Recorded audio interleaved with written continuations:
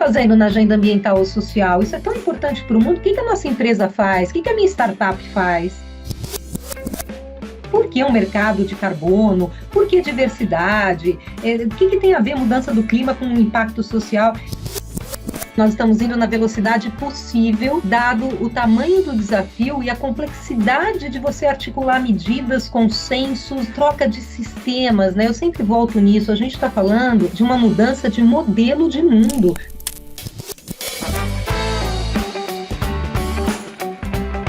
A sopa de letrinhas chamada ESG é real e nós podemos provar.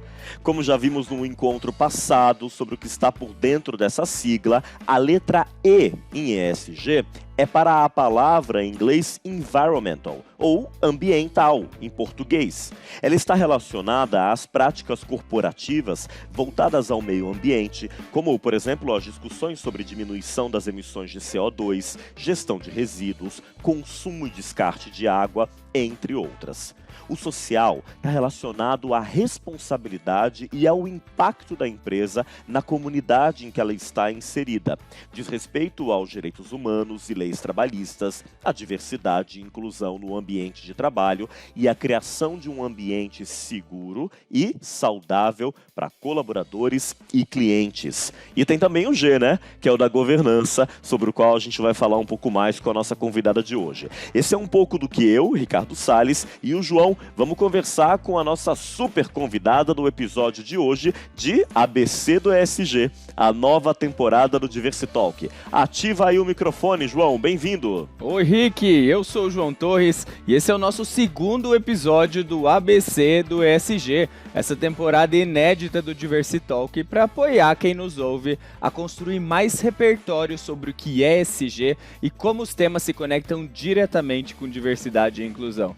Quem nos acompanha aqui hoje é a Sônia Consiglio. Ela é diretora experiente com histórico comprovado de trabalho no setor de serviços financeiros. A Sônia já atuou em responsabilidade social corporativa, desenvolvimento sustentável, consciência ambiental e comunicação corporativa. Ela é SDG Pioneer reconhecida pelo Pacto Global da ONU, colunista do Valor Invest, conselheira de administração e especialista em sustentabilidade, além de ser autora do livro Vivi para Ver, a história e as minhas histórias da sustentabilidade ao ESG, da editora Heloísa Beluso. Seja bem-vinda, Sônia!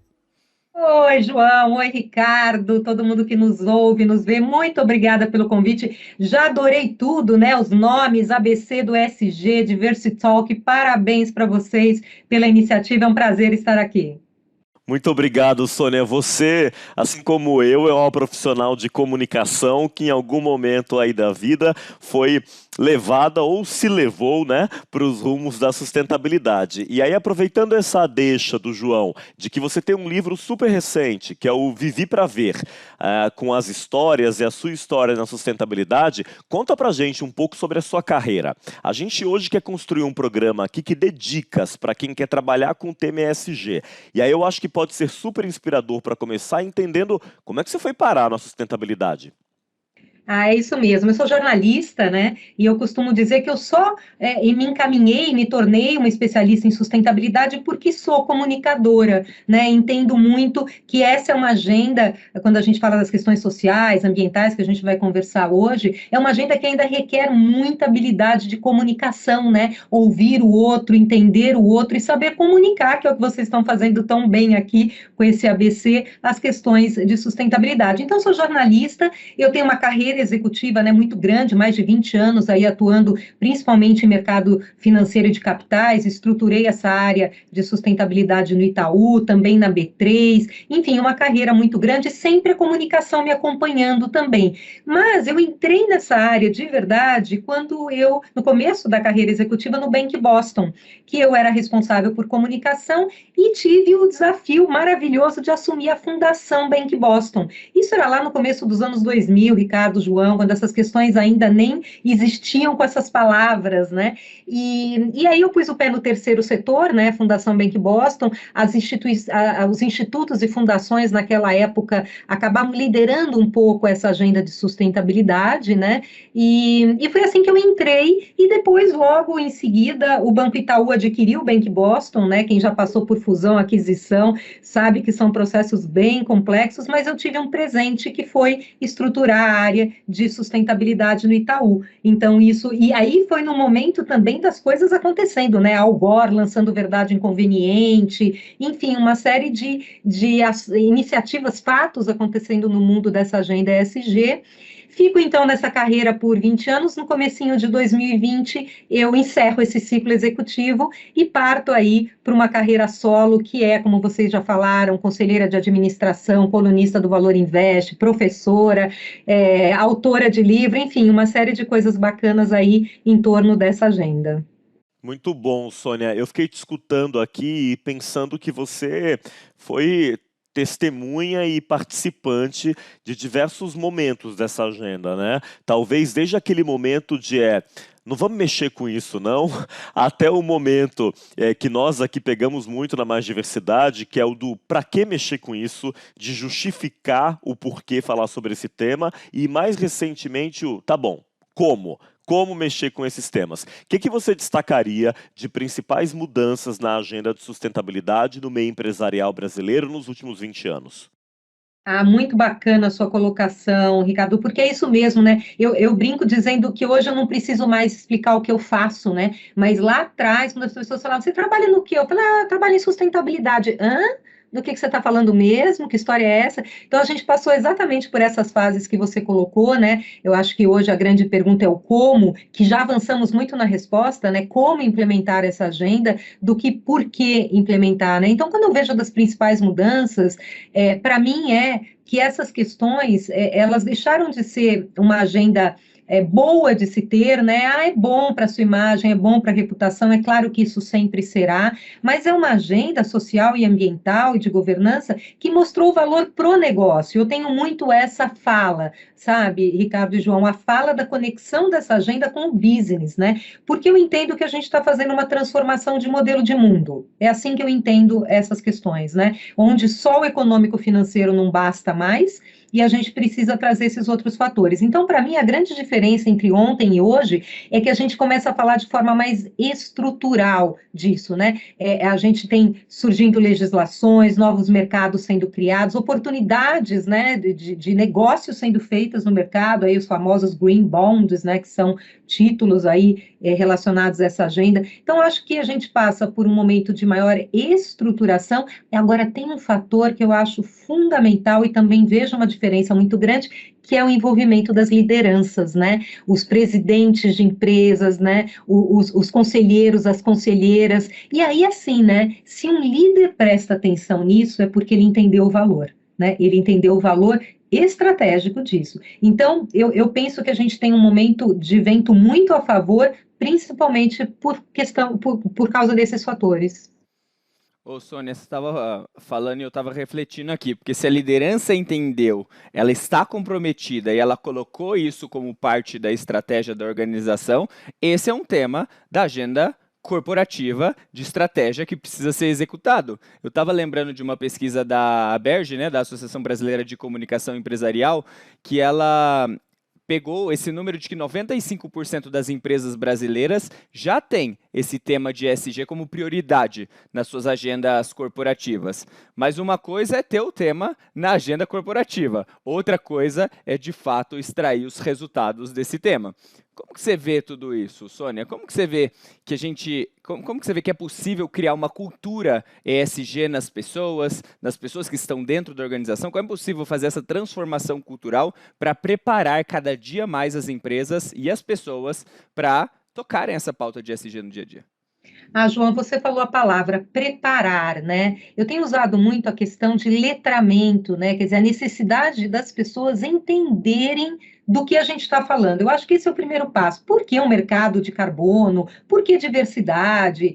O que tem a ver mudança do clima com o impacto social? Então, assim, o passo fundamental para mim é a gente trazer conhecimento qualificado sobre isso. De novo, o que vocês estão fazendo aqui, muito legal essa iniciativa, né? Então, passa pelo letramento, né? E aí, é isso que você disse, João, a hora que a liderança, né? E liderança tem o poder da caneta, né? Eu gosto porque assume compromisso, né? Ali dita o caminho.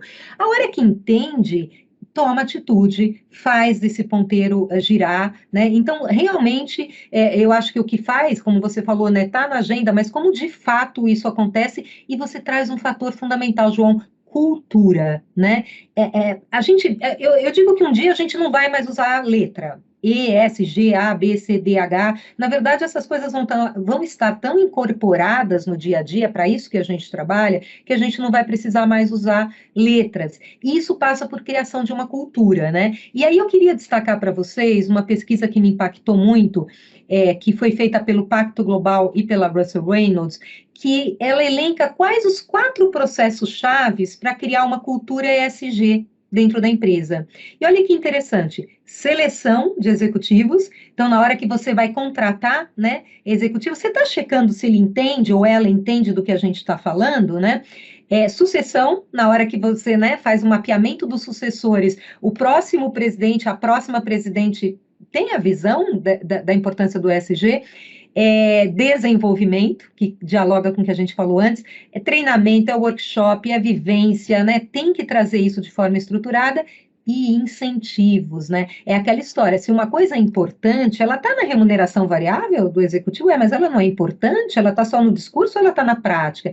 Então, eu acho muito útil, né? Eu gosto muito dessa pesquisa porque organiza, e vocês vejam que são processos relacionados a pessoas, né? São as pessoas que vão fazer a diferença. Então, a criação de uma cultura, claro, eu trouxe aqui só um dado de pesquisa, ela é muito mais profunda do que tudo isso, mas traz pontos fundamentais aí para as empresas até porem já na prática, né? Não basta, então, só ter a política escrita, né, Sônia? As pessoas precisam aprender a viver aquela política. E isso acontece muito com os temas de diversidade e inclusão também, né? Quando a gente tem uma estratégia de diversidade e inclusão, que ela está ali num quadro, existe uma política, mas as pessoas não vivem essa cultura inclusiva no seu dia a dia, é muito difícil ter resultado num programa de diversidade e inclusão. E a gente pode extrapolar isso para todas as letras do ESG, não é mesmo? Perfeito, perfeito. Eu acho que é isso aí mesmo. Política, se a gente não pratica uma política, ela fica uma letra morta, né? Quer dizer, está lá para quê? Então, a gente tem que vivenciar isso. E eu vou compartilhar aqui uma história muito rápida, está até no meu livro, inclusive, quando a gente foi criar a política de sustentabilidade lá, quando eu era a diretora na Bolsa, né, na B3.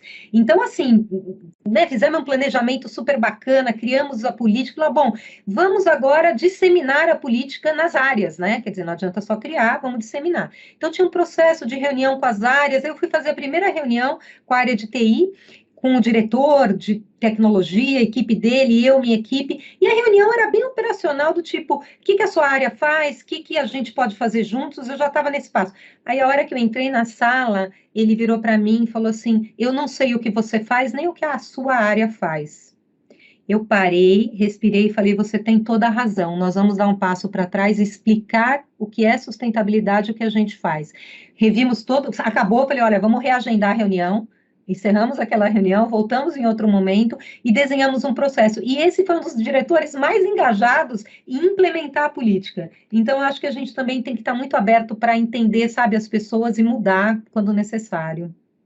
E eu estou pensando aqui, Sônia, no seu legado, né? Porque você cita a tua experiência em grandes empresas, agora comentou sobre a B3, e a B3 que anunciou recentemente uma consulta pública que vai estudar mudanças nas regras no que se refere a conselhos de administração. Quer dizer, numa iniciativa que segue os passos aí do que vem sendo feito nos Estados Unidos, as empresas de capital aberto no Brasil precisarão ter um número mínimo ali de mulheres ou representantes de um outro grupo minorizado. Eu trago esse exemplo porque eu acho que pode ser muito inspirador para quem está nos acompanhando. Quer dizer, a gente está no dia a dia de uma grande empresa, a gente traz a nossa contribuição, a gente rala um monte para conseguir fazer mudanças, mas esse é um processo que continua mesmo depois que a gente sai, né? Outras empresas, outras pessoas que estão na empresa tocam essa agenda. E o tema ESG, Sônia, ele é muito amplo. Do dia para a noite a gente viu proliferar nas redes sociais os coaches ESG, os especialistas em ESG. E olha, no nosso dia a dia aqui, eu digo que são muito poucos os especialistas de fato no tema como um todo, porque você ter um domínio de temas tão complexos como as questões sociais, até chegar em, por exemplo, no mercado de carbono, é para poucos. O que você acha? Pensando aí na formação desse ou dessa profissional, é necessário mesmo eu buscar esse letramento amplo, entender as especificidades de cada uma das letras, ou você recomendaria, não, o contrário, procure se destacar, ser muito bom, ser muito boa naquilo que você tem já alguma expertise? Ah, muito bom. Eu vou fazer só um comentário anterior ali, bacana que você trouxe essa nova iniciativa da B3. Eu aplaudo de pé, sabe, Ricardo, João e todos e todas, porque a gente está ouvindo muito, e eu acho que opiniões são ótimas, diferentes, a gente só cresce no contraditório e tudo, mas eu, sem dúvida nenhuma, não é simples implementar medidas como essas, que mexem profundamente com o mercado, e foi muito, muito bacana essa iniciativa da B3, eu realmente recebo e aplaudo de pé, como eu tenho dito. Em relação à tua pergunta, eu acho que depende muito de uma expressão que eu gosto demais, tenho certeza que vocês também, lugar de fala, né? Quer dizer, qual é o meu lugar de fala? Eu sou uma pessoa, eu sou uma jornalista, né? Comunicação empresarial, sustentabilidade. O meu ângulo de olhar para a sustentabilidade, ele é corporativo, ele é institucional, né? Eu vejo as coisas como movimentos de mercado, reputação, imagem, implementação de uma agenda mundial. Eu não sou uma especialista em meio ambiente, por exemplo, e não serei. Né? Então, o que eu penso é que quem quer ir atuar na área deve entender primeiro qual, assim, a sua expertise, quais as suas fortalezas, onde o seu coração pulsa, né? Eu acho que a gente tem que olhar também o que a gente gosta, né? Onde a gente pode fazer a diferença. Então, assim, eu diria que você tem especialistas como eu que olham a agenda como um todo, as tendências, né? Eu vou muito nessa linha das tendências, os principais movimentos nacionais, mundiais, e você vai ter especialistas que aprofundam nas questões sociais, nas questões ambientais, né? Eu acho assim, é muito difícil você entender tudo, né? Porque ESG, governança social, ambiental, tem especificidades absurdas, né? Então, eu acho que é mais ou menos nessa linha. Ou você acaba entrando em cada uma das letras, né? E se especializando aí, ou você vai nessa linha mais macro. Agora, o mais importante, eu acho, e tenho usado muito essa expressão, seja se você for um profissional mais especialista ou mais macro, é a capacidade de ler cenários, né? Eu acho que isso é o que diferencia hoje um profissional de outro, na verdade, uma pessoa de outra, né? Entender o que está acontecendo ao meu redor, para onde o mundo vai e onde eu faço a diferença. E isso se estende aí aos especialistas ou às pessoas que estão querendo entrar na área ESG, onde você pode fazer a diferença e aí realmente se dedique a isso, né?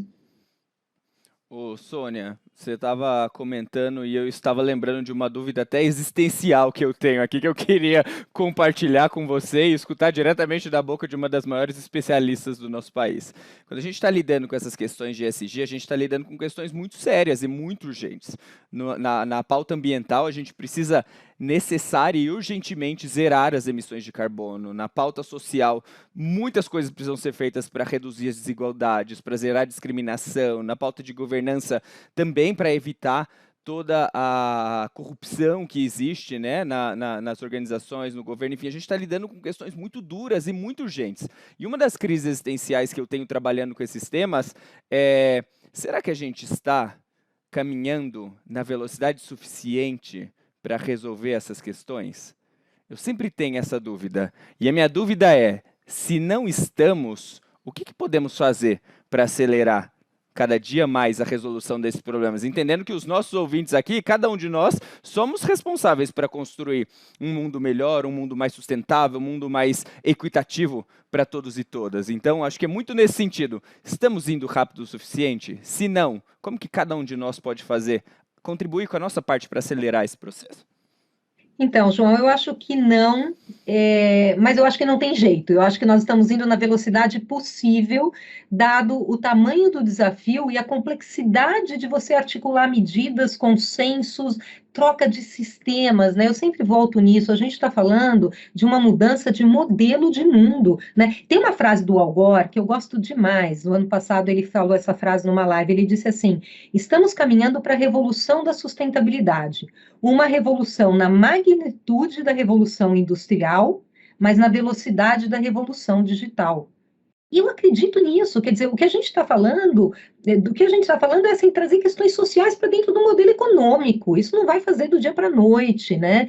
Então, e ao mesmo tempo a gente, e por isso na magnitude da revolução industrial, com a diferença de uma velocidade do digital, né? Então, João, eu acho que não, mas eu acho que é a velocidade possível. Agora, eu acho que a gente está mais perto do que longe. Já estivemos muito mais longe e a urgência foi sempre a mesma. É que agora os assuntos estão tendo mais visibilidade, né? A gente está falando mais sobre isso e tal, mas a gente sempre precisou, não é de hoje que a ONU traz todos esses, né, esses dados, a gente sempre precisou caminhar muito rápido, né?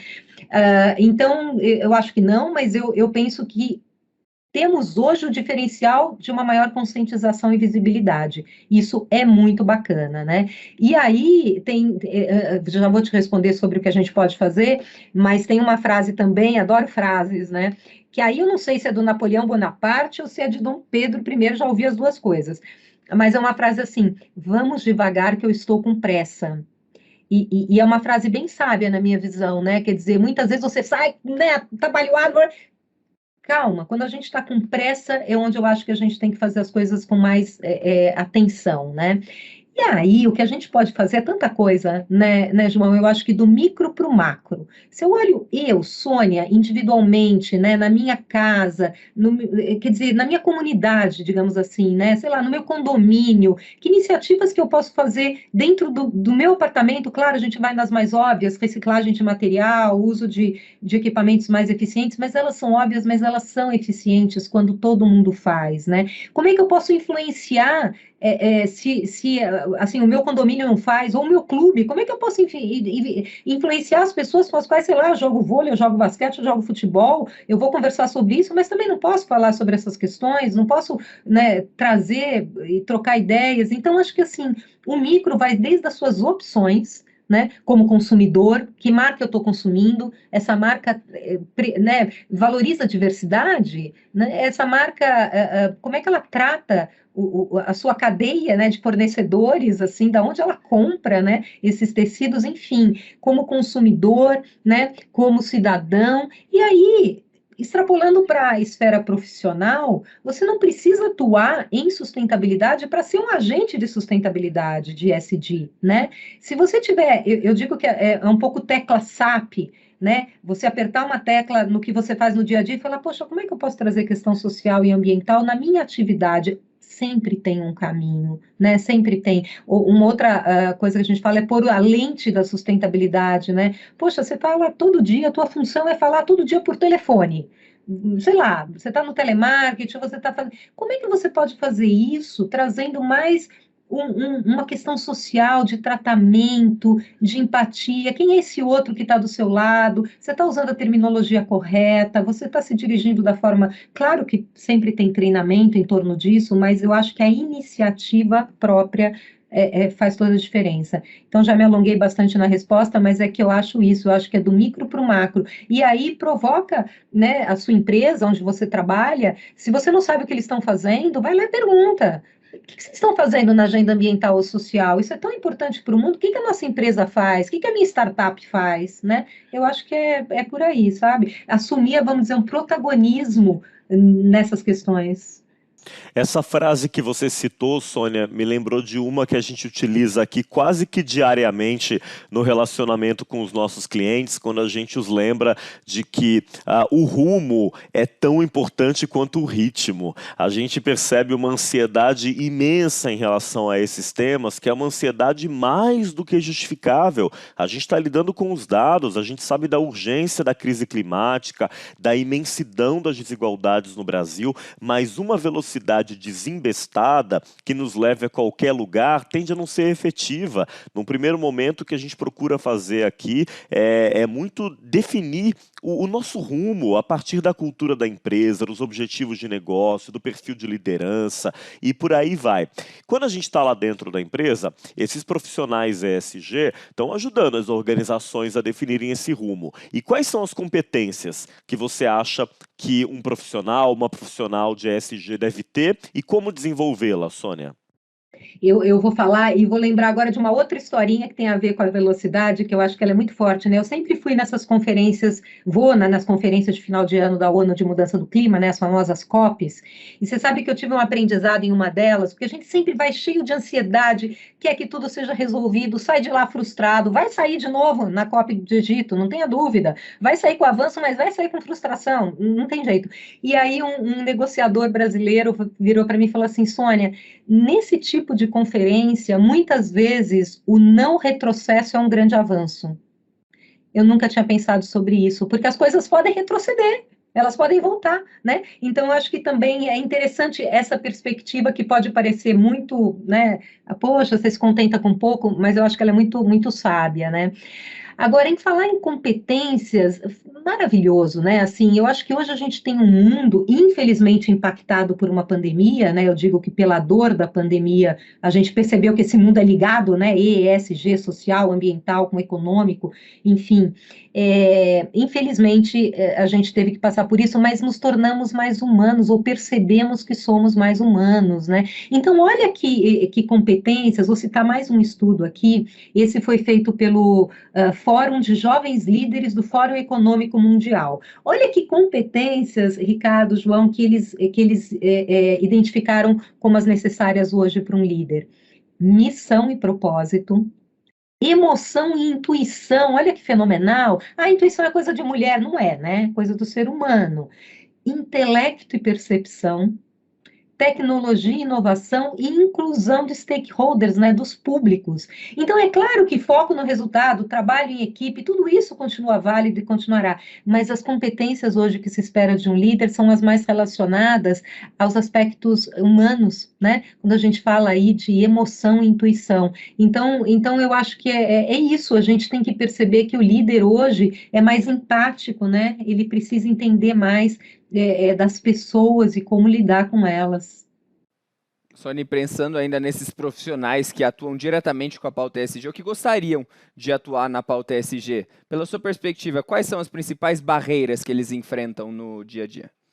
Olha, eu acho que começa pelo entendimento, de novo. Muitas vezes eles atuam e as pessoas não estão entendendo, ainda não foram capacitadas, ainda não teve oportunidade, enfim, de entender essa agenda. Então, muitas vezes a barreira está na linguagem, né? Quer dizer, o profissional vai cheio de amor para dar, como eu costumo falar, e os interlocutores não estão entendendo a importância daquilo, que foi o que aconteceu comigo lá atrás, né? Que eu tive que dar um passo para trás e trazer toda essa agenda. Então, eu acho que uma barreira importante é do entendimento, né? Eu acho que esse profissional tem que entender que ele é um agente dessa mensagem, ele é um propagador dessa mensagem, né? Ele precisa se assumir como parte dessa transformação, né?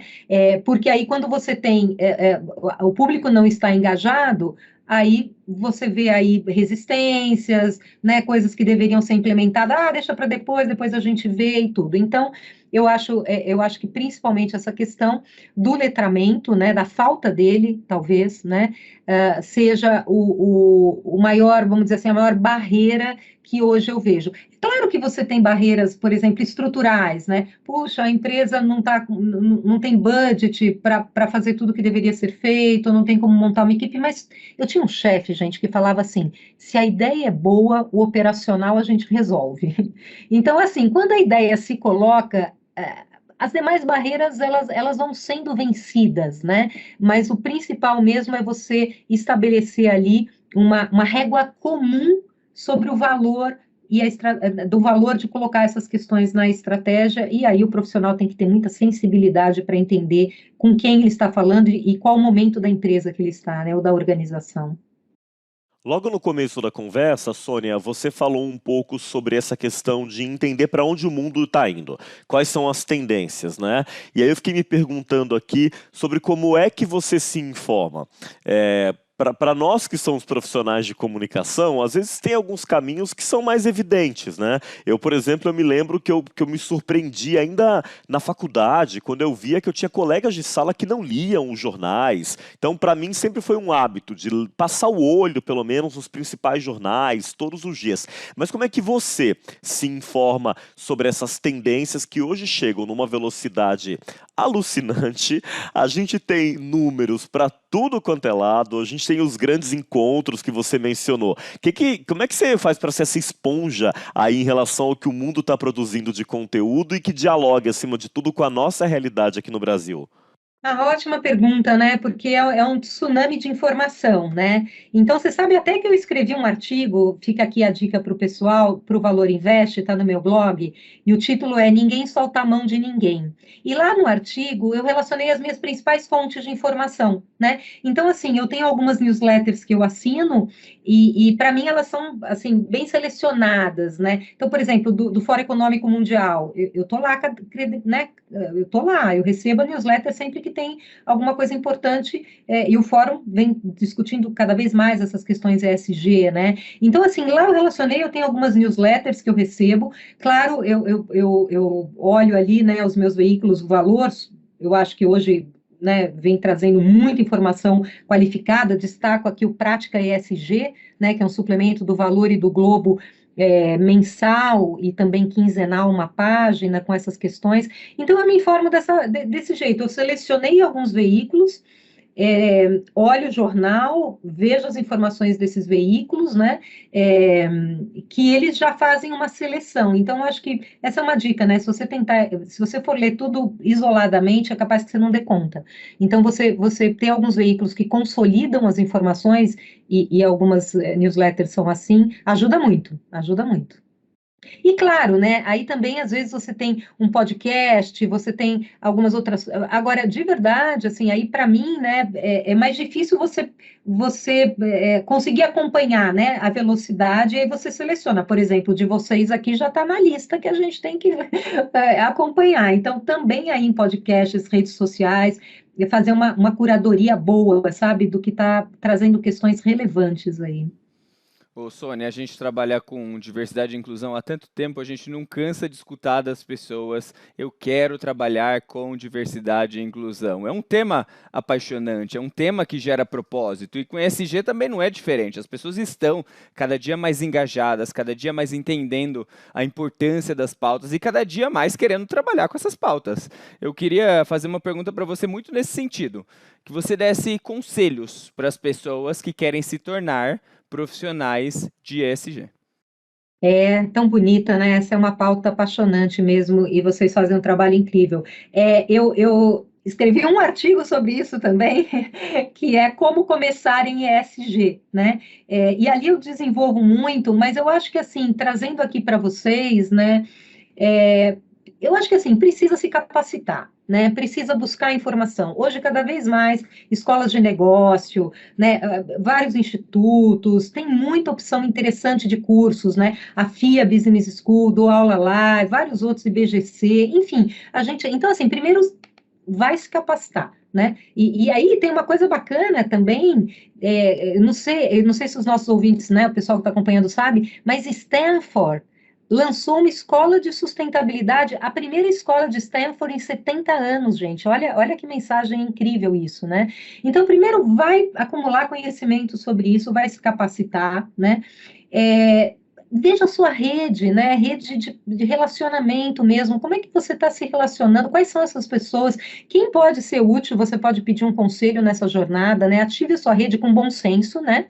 Com bom senso, porque eu acho que essas questões são sempre delicadas. A gente às vezes recebe uma mensagem que não conhece, com a pessoa já dando data e hora para falar com você, né? Você fala, não, bom dia, prazer, né? Então, acho que tem que ter bom senso nessas abordagens, né?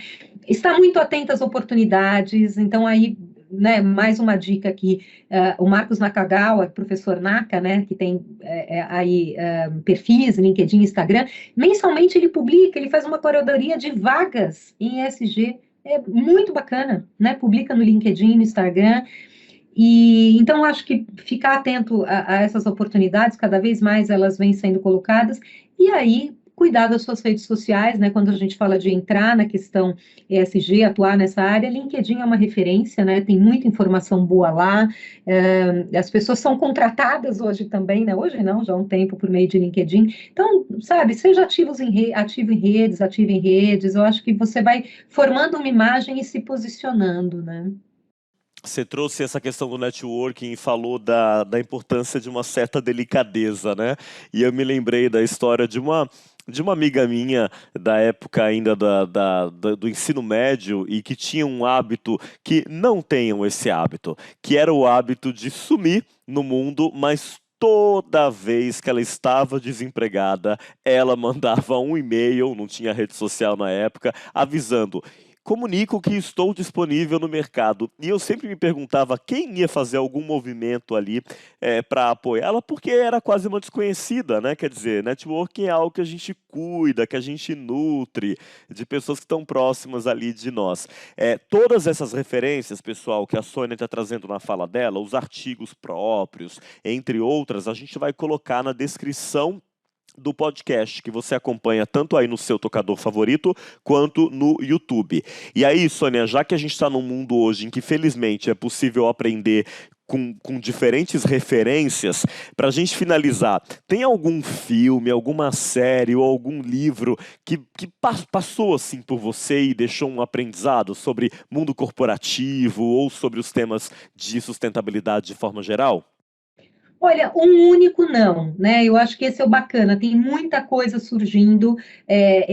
Bom, talvez um que é muito emblemático dessa agenda é o do John Elkington, Canibais com Garfo e Faca, né? Que é onde ele criou o conceito do Triple Bottom Line. Então, a gente está falando de 1994, olha só, né? Então, acho que Canibais com Garfo e Faca é uma referência. Acabou de chegar agora no Brasil, ainda não li, né? Mas eu estou com ele aqui paralelo, que é o Impacto Positivo, do Paul Polman. Paul Polman foi o presidente mundial da Unilever, ele fez muito por essa agenda quando estava nessa posição, e é como empresas corajosas prosperam dando mais do que tiram. Então, acho que esse livro, eu tenho certeza que eu vou gostar dele, né?